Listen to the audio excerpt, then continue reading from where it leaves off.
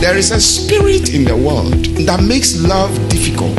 And when you identify the spirit, you are halfway through. And that is what they said about Satan in 2 Corinthians chapter 4, verse 4, in whom the God of this world has blinded the mind. So there is a spirit that blinds the minds of people. You see, the power of teaching ministries have not been understood yet.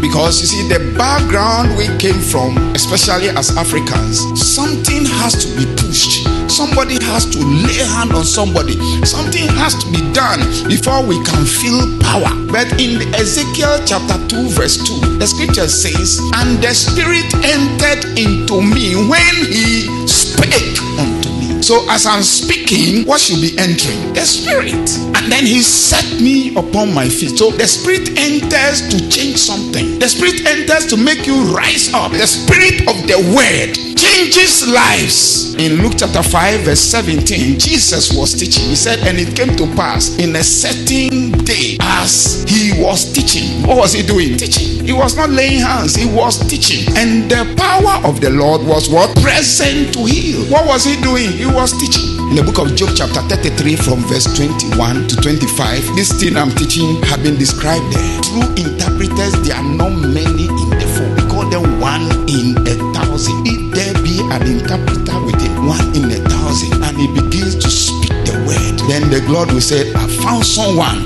who is standing there in the gap with my word for him. John chapter 3 from verse 1, you know what Nicodemus told Jesus? We know that thou art a... Who is he talking to? Jesus. So who is Jesus? Teacher. Then he said, for no man can do these miracles that thou doest except God be with him. He was a teacher. That was why miracles were coming. Because you see, God needs your mind to do whatever he wants to do in your life. Without your mind, will I do nothing?